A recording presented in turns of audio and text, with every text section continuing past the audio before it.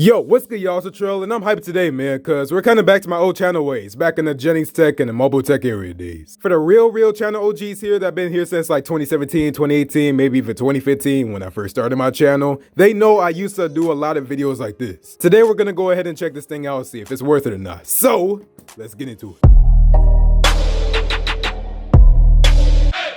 Alright, y'all, so we're back here again at the legendary unboxing table, and as you can see here, I actually got this $40 refill card here too. So this thing cost me 75 bucks, but it was also 74 bucks if I got the $40 refill card. So of course, when I heard that, I was like, yeah, just give me the phone. Who cares about free stuff? I hate free stuff. Now, obviously that's a lie, that's sarcasm, but yeah, I got this. So yeah, $40 refill card is Verizon Prepaid, just like this phone is, so it's not like Verizon Postpaid or anything, even though you can't put a Verizon Postpaid card in here and it'll work fine. As long as it's Verizon Wireless, that's pretty much the only caveat with it. It can't even be like an MVNO or anything. But yeah, y'all, so I don't think I did one of these videos in like a minute now. Like, I think the last time I did this was like with the LG Zone 4 or something like that. But yeah, I've been buying these phones for years now from Family Dollar, and that phone right there is actually a Verizon prepaid phone with the old Verizon logo and all that. I think that's actually a HTC phone. But Family Dollar used to have some like crazy prices on these phones sometimes. Like, that's why I used to pick them up all the time, because you couldn't pass them up. But now, like, they're less appealing, so I don't pick them up anymore. Anyway, they still got some phones that's pretty cheap, but it's just not really as common anymore. But anyway, let's go and look around this box. So we got no annual contract with the Verizon logo. We got Moto E, so we have a 6.2-inch HD plus display. We have a 13 megapixel rear camera and an 8 megapixel front camera, and this is a world device. I have no idea what that means. So on the back here, we got some specs. So we got for the phone color, midnight blue, expandable memory up to 512 gigs. For the speed, we got a 1.8 gigahertz octa-core CPU, so I'm not sure what Snapdragon it is right now, but for the weight, we got 6.9 ounces. And that's pretty much it around the box. So all we gotta do is just go ahead and bust this thing open by going ahead and ripping this off. I don't know what I just said there, but let's go ahead and get this thing open, man. So all we gotta do is just slide this thing out.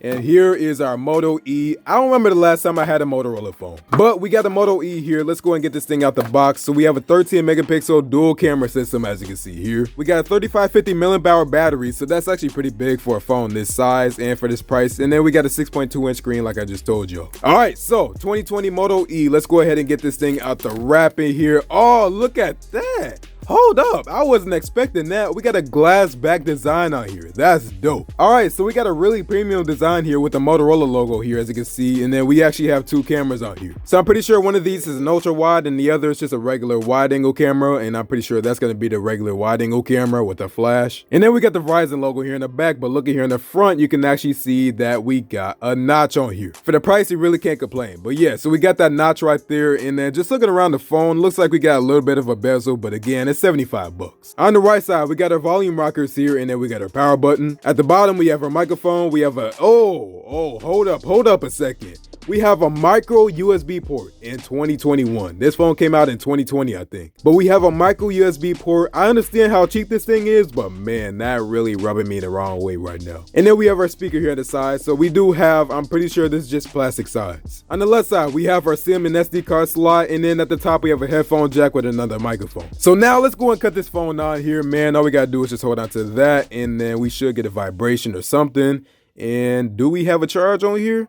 I don't think we have a charge on here. All right, let's keep looking inside the box here. So let's go ahead and check this out real quick. We have our cord, which is gonna be a micro USB. Oh, that hurts, man, but a USB-A to micro USB. This right here should not be allowed in 2021. It shouldn't be allowed in 2020, and it definitely shouldn't even be allowed in 2019. But looking here in the rest of the box, we actually have our power brick right here. So as you can see, let's go ahead and see how many watts we got. All right, so I found it here in the back. We get a 5-volt, 1-amp charger, and if you're going to times that together, we just got a 5-watt charger. And then we got some more stuff up in here, so let's go ahead and just slide this up real quick, or where is it? All right, so we got a SIM card remover, which is kind of like interestingly just placed it here, but all right then. And then we got a user manual, but you know what we do with that. We throw it to the side. Now, I think I'm gonna go ahead and give this away on Twitter, so I think I might already post it by the time I post up this video, but we'll see. To be honest with you, I really don't need this. I already have Verizon postpaid, so we're good on that. So I'm about to go ahead and charge up this phone with the included cord, and I'll get back to y'all. But man, that blue is hidden. Like, I'm not be honest with y'all, like this looked decent to me.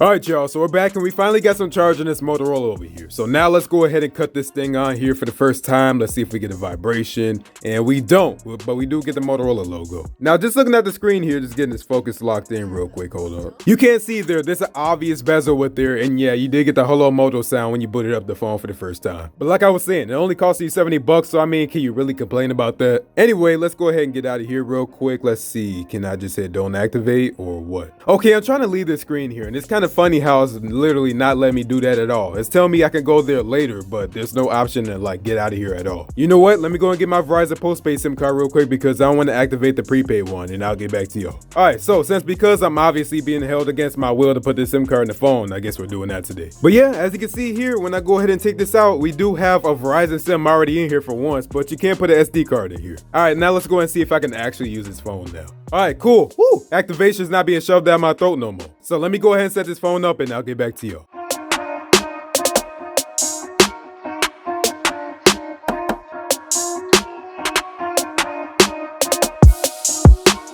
Alright, so now we got this phone all set up, we're done. Alright y'all, so it's probably been like a night since I had this thing. It's the next day right now, but I'm gonna keep it real with y'all. Like, I noticed some issues with this, especially with the Wi-Fi. Like, the Wi-Fi just kept cutting in and out for some reason with me. Now, if it's that BS I've been hearing about where like Verizon will actually cut off your phone or whatever the case is if you don't go ahead and connect some service to it, I ain't with that, alright? Like, that's just dumb. I ain't feeling that, especially even though I paid 75 bucks for it. I don't care if I paid 5 cents for this thing. I don't want to see that. But overall, just using this phone, updated all the apps and everything, just scrolling around and everything, like I don't really got no lag with it. It's perfectly fine for me. But I forgot how much I actually love the Moto actions out here. So let's go to the Moto app real quick and let me go and show y'all some of those things real quick. So if we go over here to the settings, we go over here to Moto actions, check this out. First up, we got the chop for the flashlight. Like that's how I used to be out here when I had my Droid Max looking kind of crazy. But I mean, this is a dope feature right here. Like I use that all the time. And then you got features like 3-finger screenshot. So if I go and take 3 fingers here and just swipe down, you'll go ahead and see that it takes a screenshot from me, which is a dope feature. And that's the thing about Motorola phones and the software is that they got all these features in here, like the Moto actions. So for 75 bucks, this video is just my first initial impressions on this phone. But for 75 bucks, this thing get my Jennings stamp of approval already. So I don't know how much you can find this thing elsewhere, but for right now, what I got it for,